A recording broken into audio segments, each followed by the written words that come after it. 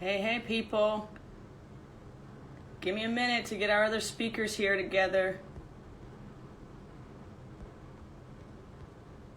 We'll start in a few minutes.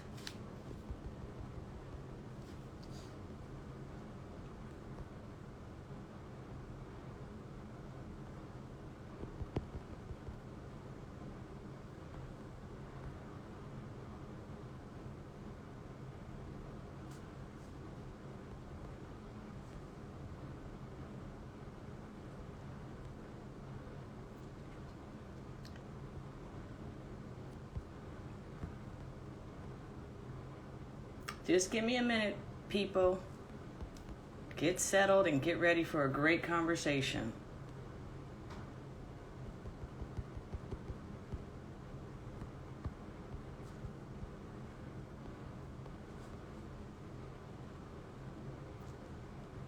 Watson coming in.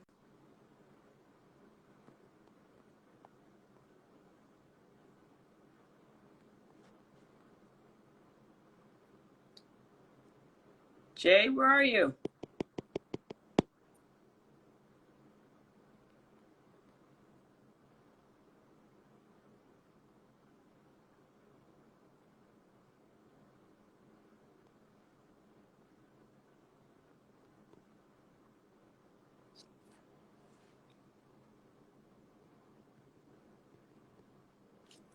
All right, I'm looking for Sarah and I'm looking for Jay.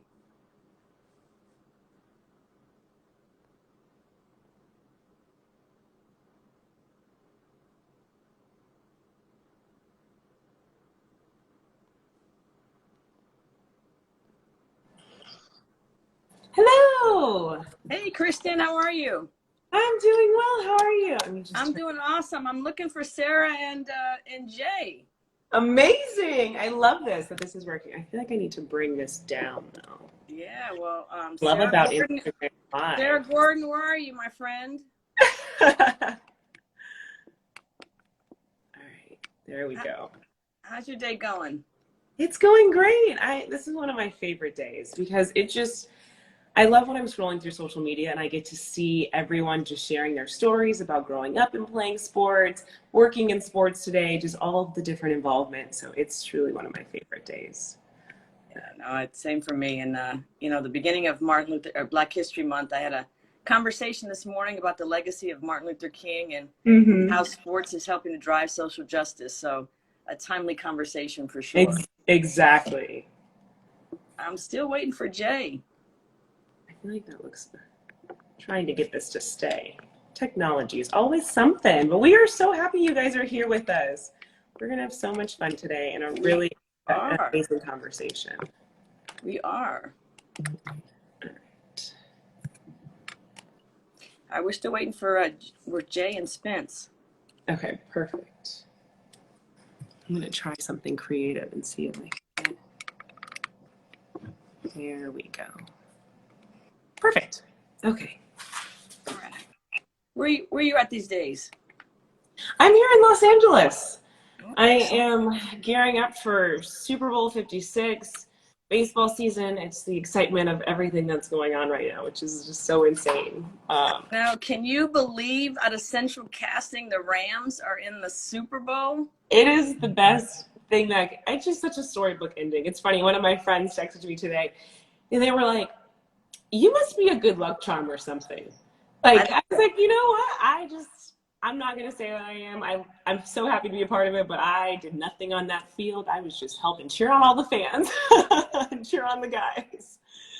All right, I think I found Jay, but she's not able to join. So let me see if I can find Sarah now. There's so many people here. I love this. It's good. Hello. Thanks for joining us. We have so much to talk about today. It is just such a special day. So once we get everyone in, we have two exciting more guests who are going to be joining us with Sarah and Jasmine, and it's going to be awesome. Yeah, I know. Where are you, Jasmine? I saw they had their first day of training yesterday, and I can't wait to hear how that had to have gone. All right, so I'm waiting for, I see Jasmine. She's coming in. And then Sarah. All Hi. right, there she is. Hey, Jasmine. How are you? Doing We're great. good. Well, let's see if Sarah's with us. We're so excited to have you with us. I was I just telling Renata that I heard that day one of training was yesterday. How are you feeling? I'm doing well. I survived, so I'm happy. So We're, good. we're still waiting for anybody know where Sarah is? She's not with us yet. I think I just saw. Oh, I see. All right, let's try it again. Yeah, she's joined. Let's see, Sarah Gorden. There she is. There she is. Woo-hoo! Hey! Hi guys, sorry. I just realized Hey! that I actually don't know how to do anything. I was just on my Instagram waiting for a request, so I was not doing it correctly. No, Okay, wait. you This is my first time on actually managing an Instagram live. My team is, because I'm at home and my team is going crazy, making sure I did it right. So no worries. and trust me, it's all of us because I got in here and I was like, oh wait, let me fix that on the thing. Let me see if I can. Okay, good. That makes me feel better.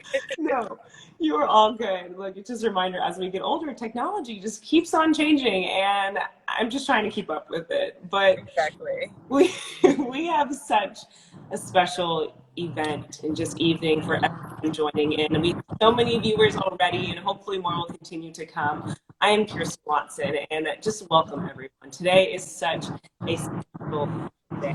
Today I'm going to be moderating a conversation for National Girls and Women in Sports Day. This is a day that means, honestly, the world to me. I grew up playing every sport from basketball to soccer. I was on the swim team to volleyball. And volleyball is what stuck for me. I played Division I volleyball, Eric Holds Northwestern, and then at Columbia in New York. And today I have the privilege of working in sports as a reporter and host. So this is a day not only for everyone who's on this Instagram live, it's just so simple. I was saying Renata earlier that you scroll all day on the internet and you see so many women and just everyone talking about their experience growing up playing sports to professional being reporters, working behind the scenes of sports, whatever the case may be, and seeing just how different things shape their lives. So we're going to have a lot of fun. So today's conversation is brought to you all by the Play Equity Fund and Angel City Football Club. And as we recognize and celebrate this important day, we must continue to remember that we have to get more girls playing sports and promoting play equity. So together we can all do that. So as you guys can see, we've got three amazing guests joining me. So first up, we're going to start with Renata Simril. She is the president of the Play Equity Fund. Then we also have Sarah Gorden as well as Jasmyne Spencer, who are members of the newest pro sports team in Los Angeles. This is so amazing. Angel City Football Club. So we've got a lot going on today. And so guys, I think we should just get right on into it and get started. So Renata, I'm going to start with you. The LA84 Foundation and the Play Equity Fund focus on bringing sports and play to underdeserved communities.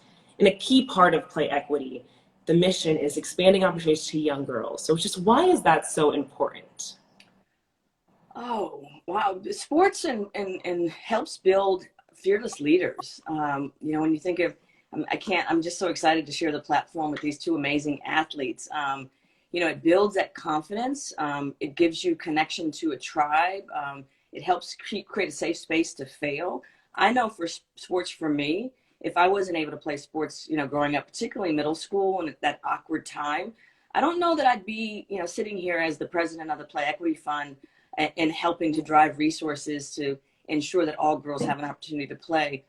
So I think it's essential to not just childhood, well-being, but particularly for women that have to still navigate this male-dominated world, that sport gives you those tools that you need to do that successfully. But, like I said, it builds fearless leaders without question. It really does. So now this is a question that's going to be for all of us. And I think it's pretty clear we all played sports growing up. And I think Renata, just as you said, it shaped so much of what we do. But what did playing sports look like for all of you guys? So we'll start with you, Jasmyne, and then Sarah, you can follow up. And then Renata, you can follow her. Yeah, I feel like I come from a very sport loving family. I had two older brothers So whatever they were into, I was into. But we played every sport growing up, like basketball, baseball, lacrosse. I danced a little, ran track, kind of like dabbled in everything, and then always kind of had a really big passion and love for soccer. And so that's what I stuck with all the way through college and then now into the pros. But yeah, I think my parents just did a good job of letting me explore and kind of fall in love with the game. And I think that's why I still love it today and keep playing. Yeah, for me, it was kind of the same. I played every sport growing up. One of my favorite things when I was super young is I would play street hockey outside with the boys. I loved competing with the boys outside as a kid. And so I was kind of like a tomboy, just like to play everything. And I always say, like, I ended up playing soccer because at the time people told me I was good at it, and that's what I needed to hear. I liked the validation, and I just kind of stuck with it. Oh, wow. For me, sports was my childhood, both watching and playing. And Sarah, I'm like you. I ran a mean, down and out in the streets down in Carson. I mean, Cooper Cup would have nothing on me. And the boys would come to the door and, knock on the door. And my mom would call my brother. And I was like, nope, we want Renata. We needed to play. So we're trying to, win the Inslow championship.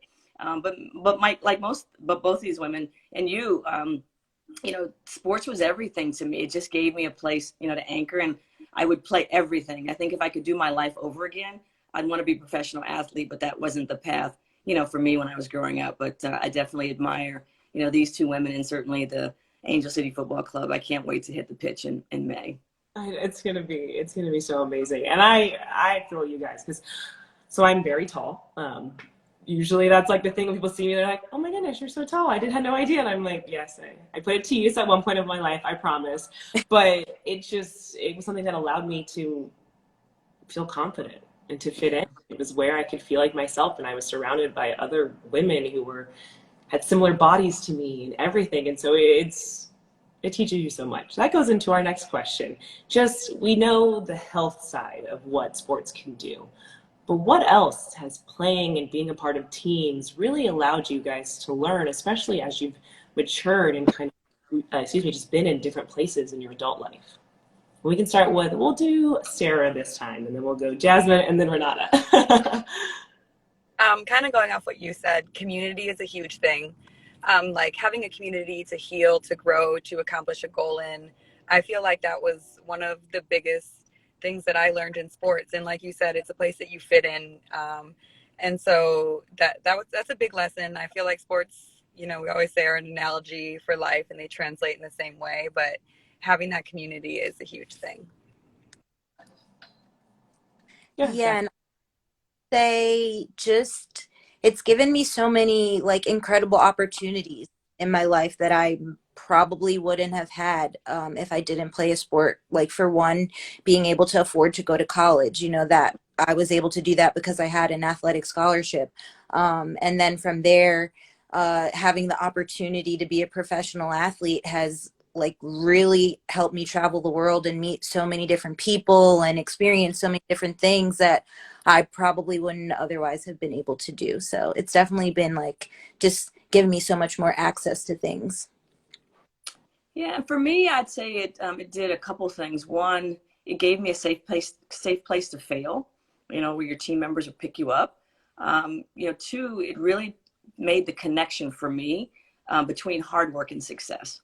I was basketball and tennis were my sports in high school, and I ultimately played tennis. And to be good, to be that good, you have to put in the work. I wasn't, so that's why I didn't play in college. But it made that connection that has had applications for me, in life off the field or off the court in this case. So those are two things that sport really helped me, develop. And it has paid dividends to me in my career, as I've navigated, pretty male-dominated world in my career. So those are two things that it's done for me. Yeah, and I would add to that, for me, it's been, discipline, but also really learning how to work with others. Because when you play team sports and when it's navigating personalities, it's navigating just styles of play amongst different people and everything like that. So there's so much that you realize as you kind of grow up. So many important things were established in those periods of time and periods of life?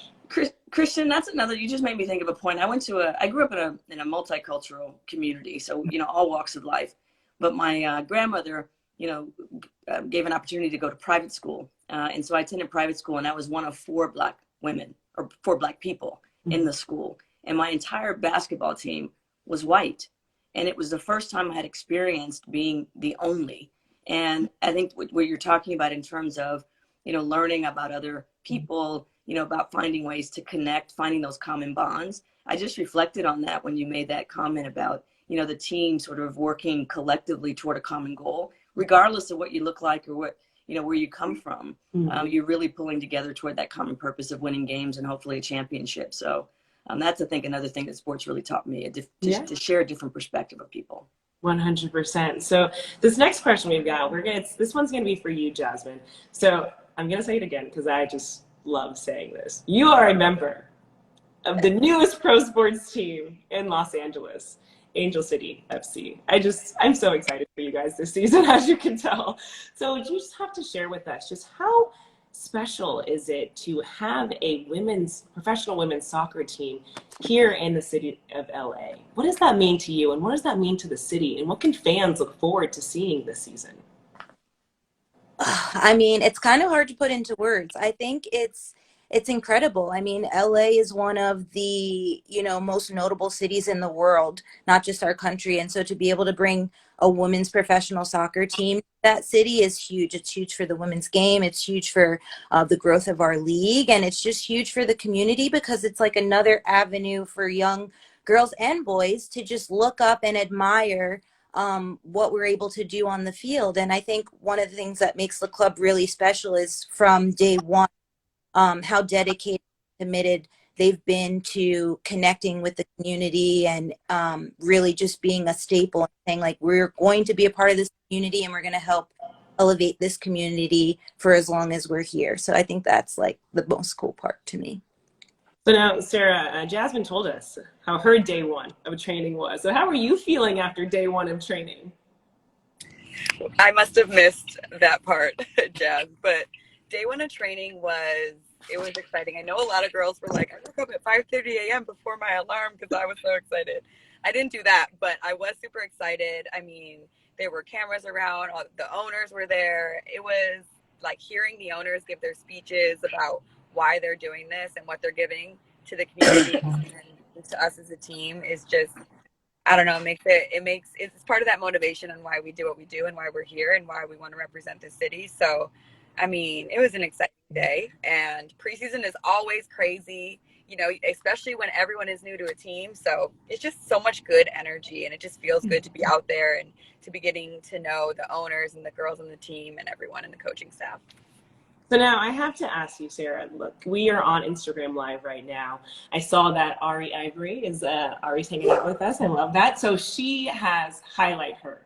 And with social platforms like that, we also have Together, that social platform. There's so much celebration of women in sports on social media today. How have you seen, though, just all of that advance in the times that, look, like when we were younger, Instagram was new. So how have you just seen everything kind of continue to advance with social media and with women in sports? Well, first off, Ari's my girl, so shout out to her.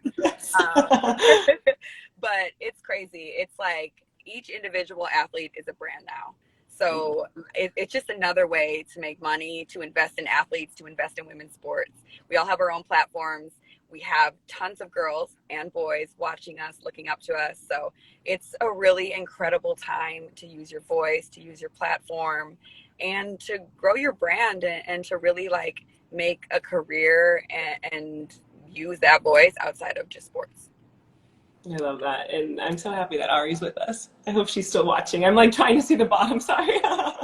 So this next question is for everyone on here. And this one is, and I know this is so important because we all wouldn't be here and having this conversation if it wasn't. But just in terms of the role that you guys all have in sports, how important is it for you all to continue to advocate for women in sports and through the creation of opportunities for young women to have just play equity and everything that they need to continue playing in sports? So Renata, we'll start with you for this one. Yeah, I think that's a great question, Kristen. And, we're celebrating the 50th anniversary of Title IX that was passed in 1972. And, it was a civil rights law to really create safe spaces for women, in the education setting on colleges and universities, and certainly creating equity in sports.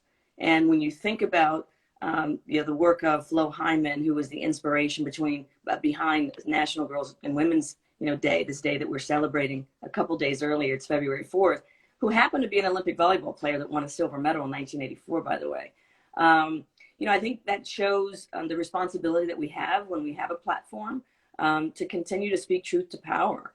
I think just simply showing up on the pitch in LA is an inspiration to so many girls. It's, that Nike commercial, if you could see it, you can be it. So I think once you're there and you've got the attention of both, I love the way you said that, Sarah, both boys and girls. I'm the mother of 2 boys, and I feel that my contribution to gender equity is making sure that I teach them the right way to respect women.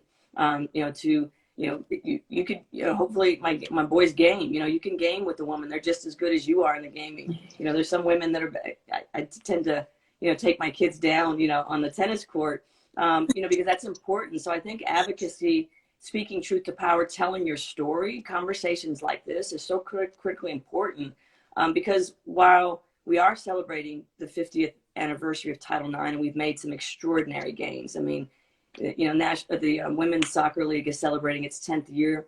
It's 26 years, I think, for WNBA. ESPNW, that started as a online platform, reaches millions of households, and you've got brands like Nike, Dove, Neutrogena that's redefining beauty. But we still have a long way to go to get to where we need to be as it relates to pay equity, gender equity, and really, treating women as we should be treated, as equal contributors to the game, to business, and to society as a whole. What would you add to that, Jasmyne? Yeah, I mean, I don't know that I have much to add to that. I guess I would just say that it's just so important because it does create a safe space, and it's important that young girls know that they belong, and sports are open to everyone. And so I think as much as we can continue to give them the opportunity to participate and engage in these spaces and feel confident and grow in these spaces, then it's only going to benefit them in the long run. Yeah. What about you, Sarah? I totally agree with all of that. And to your point about your sons seeing female sports role models, my son, I'm on my way home from a soccer practice right now, which is why I'm in the car, but he has been around the game. He was 2 when I got drafted. I had him in college. So he only knows women's soccer, and like his favorite player is Lindsey Horan. Like he's like Messi who. So it's true when boys and girls and everybody, when they can see it, that's when they become a fan of it, and that's when the game really starts to change. Yeah. And Jasmyne, you've played in the National Women's Soccer League since its inaugural season. So how have you seen the league just continue to grow since the beginning? Yeah, I mean, it's kind of incredible, especially, a couple of days ago, we just officially signed our first CBA. I think that's a low estimate to how far we've come. But when I think back to like year 1, it was really just like a group of women who wanted this to exist, like we didn't have any resources. People know that we were, didn't have fields, didn't have locker rooms, weren't making any money. But despite all that, we were determined to just be professional soccer players in the US. And I think because we were so committed to that and to continuing to fight and create these opportunities, we are where we are today. And, making a monumental 10th year of the season and having a CBA and, seeing $1 million contracts are possible. And it's like, it's unbelievable because 10 years really isn't that long. It's not a lot of time when you compare it to other professional leagues and sports in the country, but it's a lot of growth. And I feel like we're entering like the golden ages of women's soccer. So it's so cool to be a part of it. I love that, the golden ages of women's soccer. That's awesome. And today, I mean, look, the news broke of the first $1 million contract. Yeah. That's incredible. I mean, I guess, Sarah, just kind of your reaction to everything with all of that. What does it mean to you to see now, of course, it's not necessarily an equal paying field as well as a playing field, but there has been steps moving in the right direction. I guess, what does all of that just kind of mean to you? I mean, seeing $1 million contract go to a Black woman is unreal. It's amazing. Snaps for her. It's great to see. You know, obviously we just got our CBA sorted out, so we're headed in the right direction. I was actually just talking to a player who used to play in the WPSL, the old league, and she was saying how they used to have $0 contracts. People were playing for free. Right. So we have come so far, and I know we're still talking about equity, and we want things to be equal. We want to make what the men make. You know, we want to make more than we make now, but it is so great to see how far things have come, and you know, it's humbling and it feels good to see it. Yeah. And Renata, I'll bring this to you as well. I mean, look, we're talking about this today. We're seeing $1 million contract in the NWSL, which is huge. Where would you say, though, just whether it's in sports, playing wise, or on kind of the business or different sides of the sports industry, or have you found that pay equity has become more of a thing within the industry? Yeah, we still have a long way to go. You know, the inequities that exist in sport is the impetus. It was the inspiration for setting up the Play Equity Fund to begin with. I mean, play equity, you know, we believe leads to pay equity. You know, we've got girls that participate the least, the highest dropout rate in middle school. And oh, by the way, you know, I feel remiss if I didn't say, you know, one of the reasons that girls drop out in underserved communities that we serve is because of sports bras. You know, they're developing and they can't afford the high cost of sports bras. So everyone that joins Instagram Live today, we're going to give to 2 organizations sports bras for their girls so that they can continue to play. So there's still a long way to go. I mean, we had the first, you know, shoe contract in the WNBA.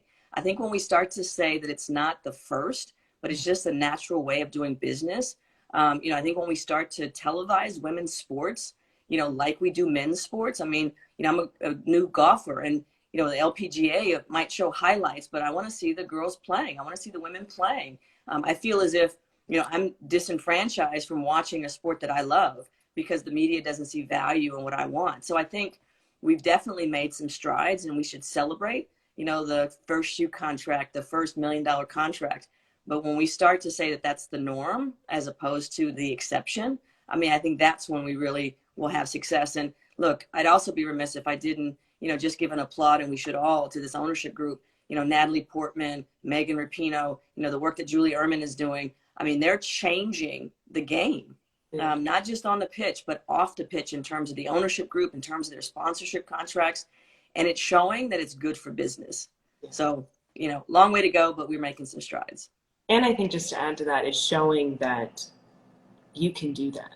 Yeah. I think just being able to know that there are ownership groups and owners that are women, and just having that to look up to, that's something so many people didn't ever see before. And so it just is a reminder as young women continue to just dream about whatever they want to do being in sports. Because there's a constant reminder of, you don't only have to play professionally. Like, I thought one day I was going to be a professional volleyball player. And when I had the opportunity to play overseas, I was like, my body is just not doing what it needs to be doing anymore. Things kind of hurt right now. So it was like, you know what? This is just not what is for me. And so, and I got burnt out. I'll be honest. And look, Kirsten, you can break down a game better than any man, football game, better than any man that I've ever seen. I was at the game on Sunday, and you were breaking it down at halftime. So it's just, I believe talent is universal, opportunity is not. And when we have equal opportunities to do what we want and to whatever that might be, I think that's when real progress will be achieved. Absolutely. And just knowing that I'm a strong believer, you can learn anything, which means that you can learn any sport, even if it is not a sport that you grew up being a part of in any type of way. So so all of this is now, we're going to look a little bit ahead. So let's talk now in 5 years, kind of about just what do you guys want to see for women in sports? What is the goal, or what is your dream? If you just look, and it's going to be a small space, but in 5 years. So Renata, we'll start with you on this one.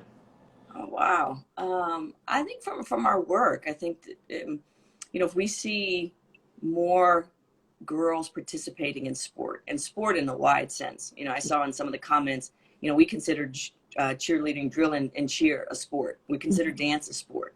You know, we've made some great strides over the 6 years that I've been the head of the foundation, and certainly the 37 years that we've been here. We've seen an increase in girls' participation. But coming out of COVID, there's been a lot of dropout of sport. So in the next 5 years, my hope is that we not just meet where we were before, but exceed that, particularly in schools. I think it's a secret or a hidden crisis that a lot of schools, particularly in urban communities, don't provide sport opportunities for kids. After school sports, in school sports, the CIF, the women's golf team, the girls golf team, they don't provide transportation to their tournaments. So for me, I hope that we recover the amount of women, girls who are playing sports, at the youth level and exceeding that, particularly in the school level. That'd be my hope in the next 5 years. How about you, Jasmine? What is your dream of what women in sports looks like in the next 5 years? Oh, I mean, just getting everything that we deserve, more money, more endorsement deals. We should be on billboards and commercials. Like we're doing our jobs on the field, on the pitch, on the course, whatever given sport it is. I think we show up, we train hard, we do that, and we produce. And now I think it's time that we get what we're worth. How about you, Sarah? I'm on the same page as Jazz.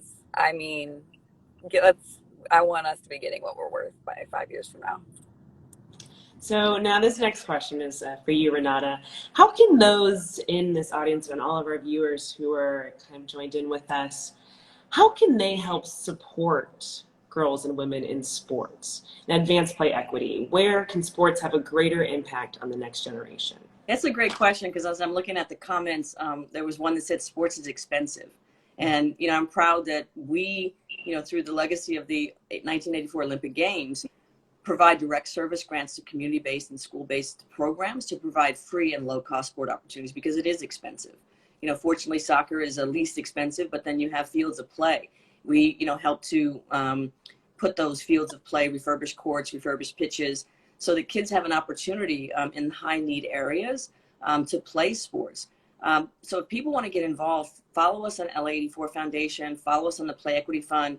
We have a Spring into Play campaign that we launched last year, because as kids are coming out of these COVID protocols and getting back into sports, they're struggling financially. And so we're trying to help these organizations, provide the resources, the play equipment, the staff, the coaches, so that we can meet kids where they are.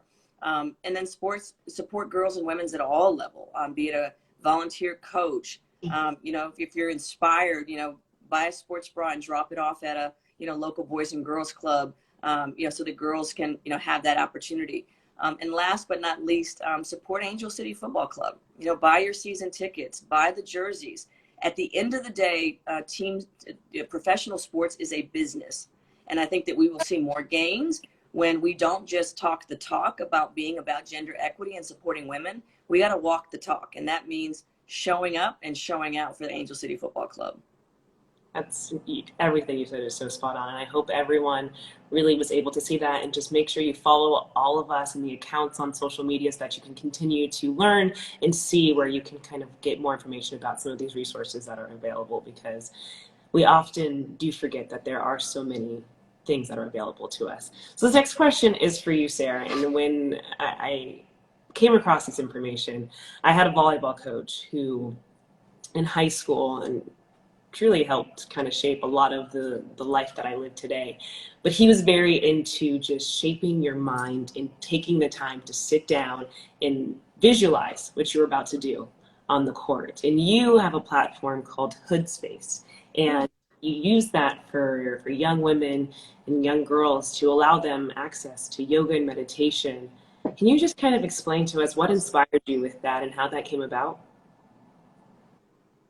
Yeah, it was back in 2020. I think just kind of seeing overall the Black community in so much grief, and as a mixed race person, feeling like I was born into so much privilege.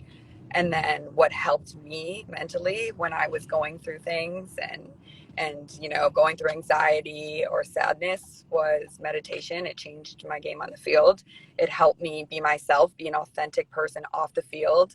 And yoga before meditation every day is really what did that for me. And so back in 2020, after George Floyd was murdered, and there was just so much grief and pain, and I just wanted, to use what I knew could help in any way. And so for me, like I said, it was yoga and meditation. I wanted to bring that to Black girls in Chicago.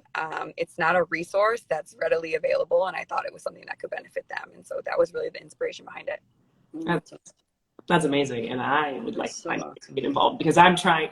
You're so right. Ever since with COVID and all of the sadness of 2020 and what happened in our world, and being Black women and the challenges and the weight that we carry with so much of this, it's so important to take the time to really just heal and be within yourself and take the time to meditate. So that's so amazing. Now, Jasmine, you are in a leadership role with BWPC, which is Black Women's Player Collective. How would you just describe what it's like being a part of that, and how are you advocating for equity within NWSL? Yeah, I think it's kind of twofold. For one, we're the minority in our sport, especially in the NWSL, and so around the same time as Sarah started Hood Space, we all were like isolated because of COVID, and like very limited communication with our family or friends. We couldn't go see them, and we just like didn't feel supported, and we were like, this needs to change. We need to just find a way to support each other. And so I feel like we founded the BWPC in that, first and foremost, just to provide support to one another within the league, and just create a safe space for ourselves. And then from there, we were like, we already know that there's so many barriers to entry in this sport, especially for kids of color, and how can we go about tackling them? And I think one of the most successful initiatives we did last year was with US Soccer Foundation and Adidas and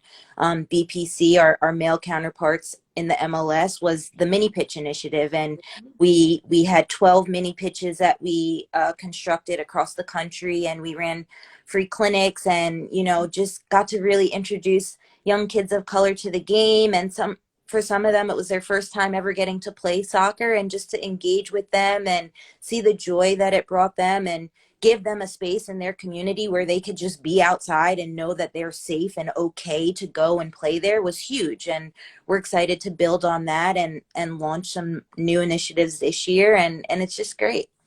I can't wait to see what you guys are going to continue to be working on and find ways to be a part of it. So that is amazing. And I did see that someone in the comments did tag BWPC, your guys' page. So make sure you guys all follow that so you can learn some more information about it. So now for the two of you, Sarah and Jasmine, all right, we've talked about day one of training. You guys are feeling good, we're excited. But now what excites you guys about playing professionally in the city of Los Angeles? So Jasmine, we can start with you on this one. I mean, just everything. It's just like such a big market. And I'm from New York. We don't yet have a team in New York. So I kind of just like followed what Carmelo Anthony and OBJ did and came to LA to win a championship. Like, that's what I'm here for, to win. I love it. How about you, Sarah? I love the city. I love the diversity of the city. I love the energy of the city. Obviously, I don't know if you guys know anything about me, but I'm from Chicago, and I played for the Chicago team. And like, I was a big advocate. Like, I'm from Chicago, Chicago till I die. So it was a big thing for me to come here. But I mean, I don't know of any other place I would go, So I'm so excited. And since day one, these fans have been amazing. Like, before there was anyone on the team, there were fans and supporters. So it's going to be super exciting. I think that there's a great soccer community here. It's going to be amazing to play in front of them.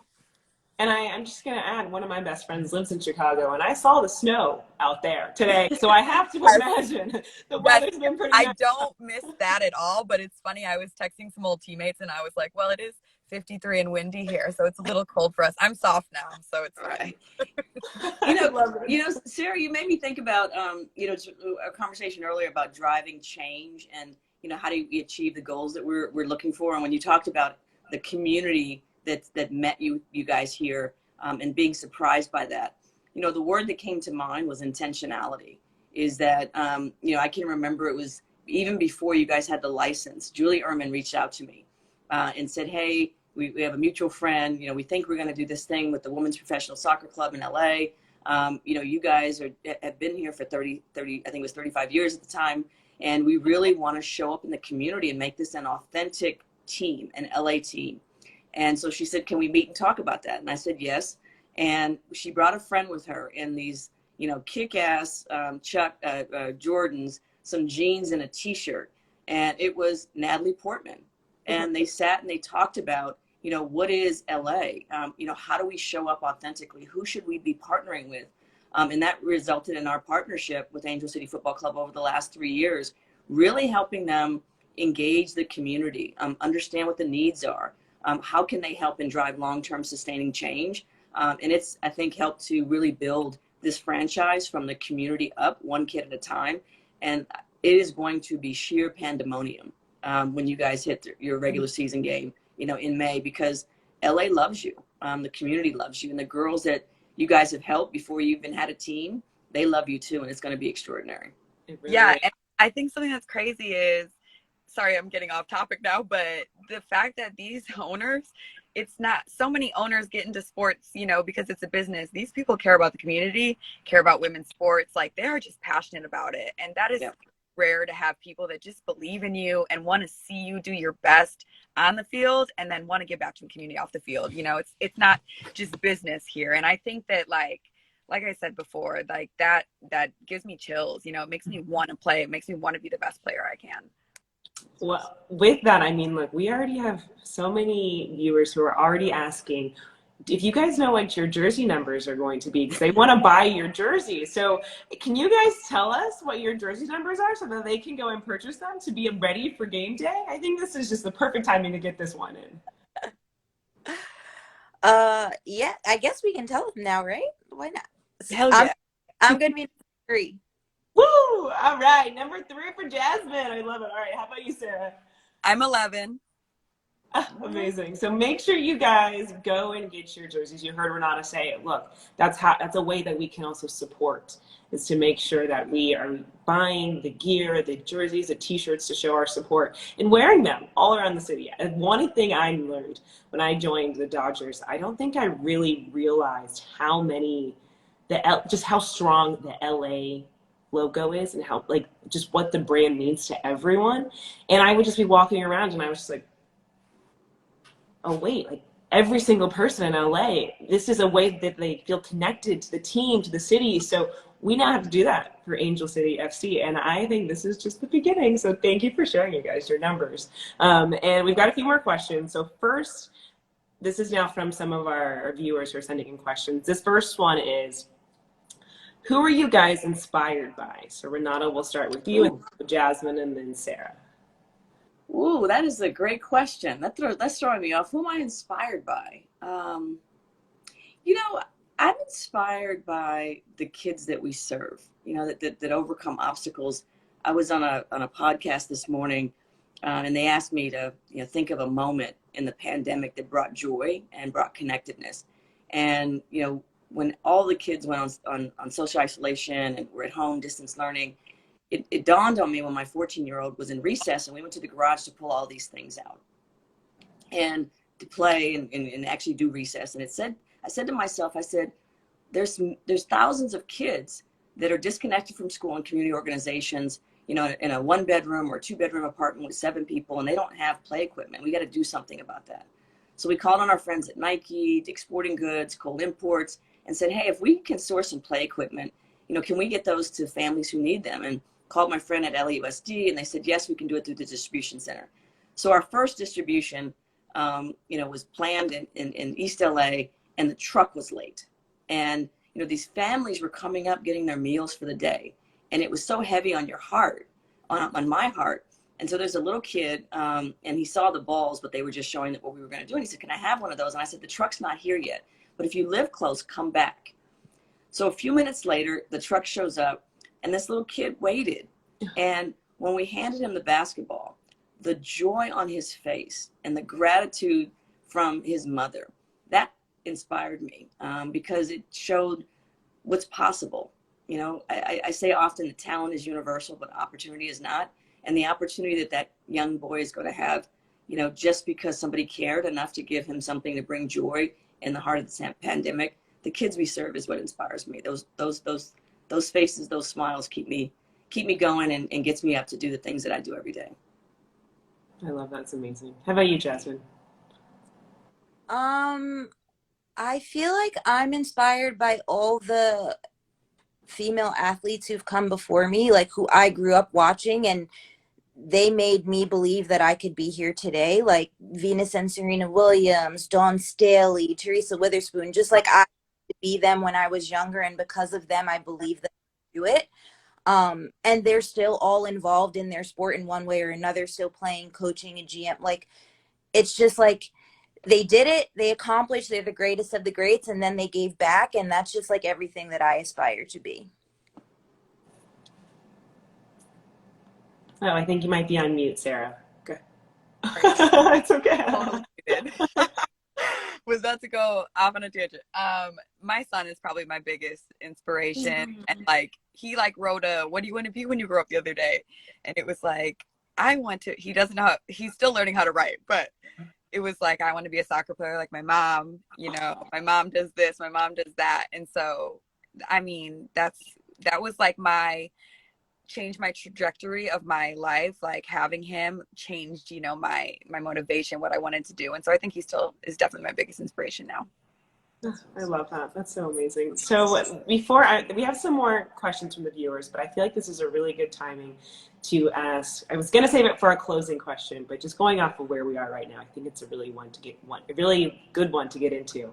So I'm going to ask you guys, if there's any piece of advice that you guys would give to young women and young girls who just aspire to be in sports, whether it's to follow kind of the steps that you have taken or to find their own kind of career paths within sport, what would you guys say to young girls and young women? So we're gonna go backwards this time. So Sarah, we'll start with you, and then we'll do Jasmine, and then Renata.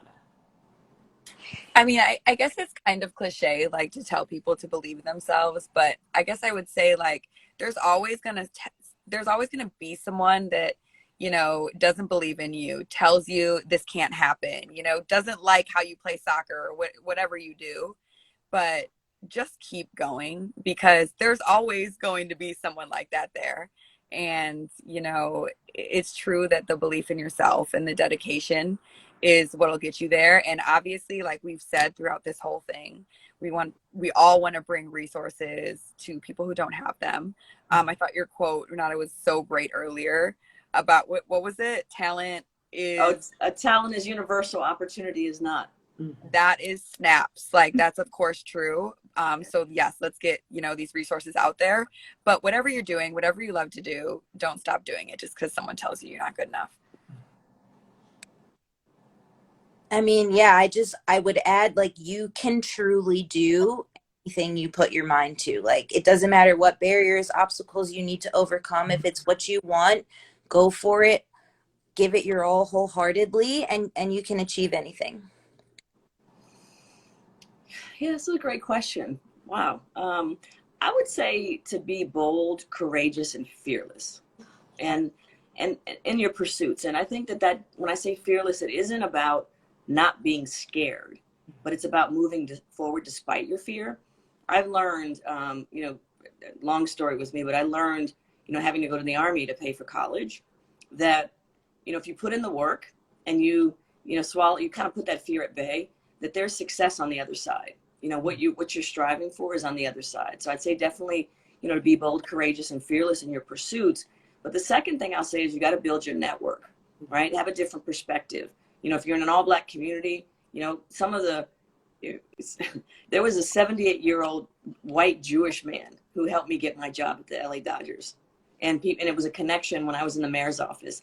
So there's people that want to help you get where you are. But if you stay in, you know, you're in an isolated community and don't build your network, then it might be a little harder for you to get there. So I'd say, you know, be fearless and build your network. I love that. And a reminder, just there will be times in which you will receive a lot of no's, but there's always going to be a yes. And when you do get that yes, not only believe in those who are believing in you, but most importantly, believe in yourself, because that is what's going to just take you and launch your life kind of, This has been such a wonderful conversation, guys. I'm like getting chills. You know, the other thing I'd say is make sure when we get there, I mean, I love what you guys are doing, Jasmine and Sarah, and, you know, giving back and using your platform. I think the other thing that I would say is that we as women, we have to uplift other women and open the door for other women. And when we do that, we have to celebrate it, you know, all day and every day, because, you know, we're in this together. And, you know, we're going to help us get to that gender equity, that pay equity, if we're working together as a team, without question. Absolutely. Well, we've got a few more questions from some viewers. So this one is for both you guys, Sarah and Jasmine. This is saying, what are you guys most interested in doing in LA other than playing soccer? Now, granted, right now, soccer is about to be everything, but are there any other things maybe during the off season while you guys were here, or even that you're looking forward to while you're here? So Sarah, we can start with you, and then Jasmine, you can follow. Well, there's a ton of things. I got here like January 3rd, and I've loved my time here, but the biggest thing is once it gets 80 degrees, I am going to the beach. So that's happening. I love it. How about you, Jasmine? I want to know where all the best food spots are. Every type of food. I love food. Please message me all your recommendations, because I'm gonna try them all out. Wherever I want to eat. You're gonna have to get like a taco truck tour. That's what's gonna have to be on your list. You're gonna have to hit up every single spot all throughout LA. I love it. All right, well, this last one, this is for Renata. This question says, how do you find for girls who participated in sports as kids, or excuse me, okay, let me rephrase this question. How have you found for young girls who participate in sports as kids, how have you found that it has helped them later in life professionally? Oh, E&Y, 94%, I don't know why I know the statistic, but 94% of women in corporate America in the C-suite played sports, and half of them played collegiate sport. So, you know, we know the teamwork, the resiliency, the grit, the, you know, relationship building, the empathy. I mean, the skills that you get through sport have complete applications in the C-suite or in business. And I think the other thing, it helps women. You know, it certainly has helped me, you know, navigate what's still a very male-dominated environment, you know, in terms of how do you interact and build relationships. So hands down, and that, I think that's why it's so important to get, you know, girls, particularly those girls whose family can't afford it or they don't have park space. You know, the work that we do at the Play Equity Fund and the LA84 Foundation is essential for giving those kids the opportunity to show their talent and to be the best that they can be. So without question, there's a connection to the worker and the athlete. And there's not enough girls having an opportunity to play. So we've got a lot of work to do on that front.